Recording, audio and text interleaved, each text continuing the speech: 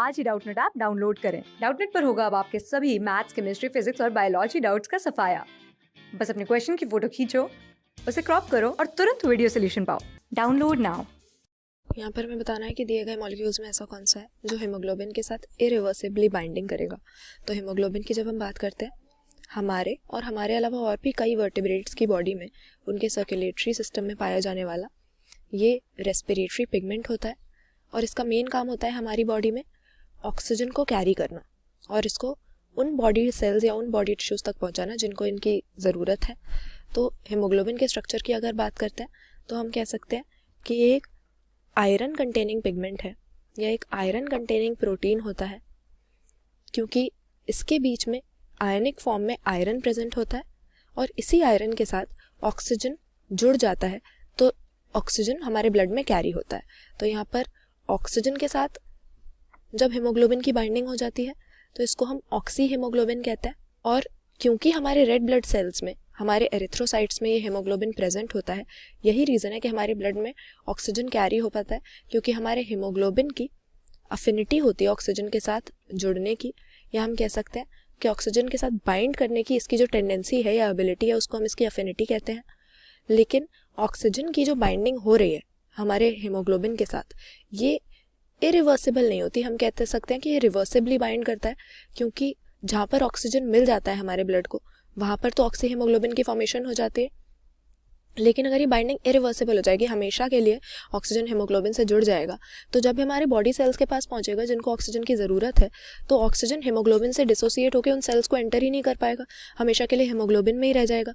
तो इस तरह से इरिवर्सिबल बाइंडिंग करने का तो कोई मतलब ही नहीं है। हीमोग्लोबिन ऑक्सीजन को कैरी करके सिर्फ वहाँ तक ले जाता है जहाँ पर ऑक्सीजन की नीड है हमारी बॉडी में, और अगर ये बाइंडिंग रिवर्सिबल नहीं होगी तो ये उस साइड पर जाकर इससे डिसोसिएट होकर ऑक्सीजन को हमारे बॉडी टिश्यूज़ को नहीं दे पाएगा। इसीलिए ऑक्सीजन के साथ रिवर्सिबली बाइंडिंग होती है, इरिवर्सिबल नहीं होती। और उसी तरह से कार्बन डाइऑक्साइड का भी यही है, क्योंकि कार्बन डाइऑक्साइड को भी ये कैरी करता है और कार्ब अमीनो हीमोग्लोबिन की फॉर्मेशन होती है जब कार्बन डाइऑक्साइड जुड़ जाता है हीमोग्लोबिन के साथ।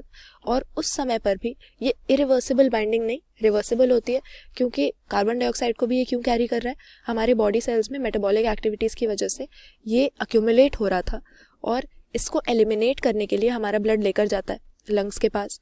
तो अगर लंग्स के पास जाकर ये इसको छोड़ ही नहीं पाएगा, वापस इसी के साथ जुड़ा हुआ रह जाएगा, तो अगेन इसको कैरी करने का कोई फ़ायदा नहीं है।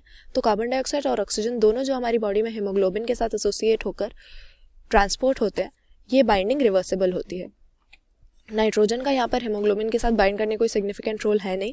कार्बन मोनोऑक्साइड हमारा सही आंसर हो जाएगा, CO जिसको हम बोलते हैं, और हमारी बॉडी में बहुत ही टॉक्सिक एक पॉइजन की तरह ये वर्क करता है। कैसे ये हमारी ब्लड स्ट्रीम को एंटर कर सकता है, या तो स्मोकिंग के थ्रू हमारे ब्लड में कार्बन मोनोऑक्साइड आ सकता है, या पोल्यूटेड एयर को इनहेल करने से, पोल्यूशन की वजह से। और हमारी बॉडी में जब ये एंटर कर जाता है, हमारे ब्लड स्ट्रीम में आ जाता है, तो हम देखते हैं कि ये ऑक्सीजन के साथ compete करता है हीमोग्लोबिन के साथ जुड़ने के लिए। तो अफिनिटी जो हीमोग्लोबिन की होती है ऑक्सीजन के साथ बाइंड करने के लिए, इसके कंपैरिजन में कार्बन मोनोऑक्साइड के साथ कई गुना ज़्यादा होती है। हम कहते हैं 200 से 250 गुना ज़्यादा हीमोग्लोबिन की अफिनिटी कार्बन मोनोऑक्साइड के लिए रहती है। और इसीलिए ये इतना डेंजरस है, क्योंकि हमारे ब्लड में अगर इसकी कॉन्सेंट्रेशन सिग्निफिकेंटली बढ़ जाती है तो ये ऑक्सीजन को हीमोग्लोबिन के साथ जुड़ने नहीं देता, बल्कि खुद हीमोग्लोबिन के साथ ये बाइंड कर जाता है, और वो भी इरिवर्सिबली। मतलब एक बार अगर कार्बन मोनोऑक्साइड उसके साथ जुड़ गया तो वो हीमोग्लोबिन मॉलिक्यूल बिल्कुल ख़राब हो गया, आगे जाके ऑक्सीजन से वो जुड़ नहीं सकता। तो कॉम्पिटिटिव हो जाता है ये ऑक्सीजन के साथ हीमोग्लोबिन के साथ बाइंड करने के लिए, और हीमोग्लोबिन के साथ कार्बन मोनोऑक्साइड जुड़कर कार्बोक्सी हीमोग्लोबिन बनाता है, जो कि एक इरिवर्सिबल बाइंडिंग है CO और हीमोग्लोबिन की।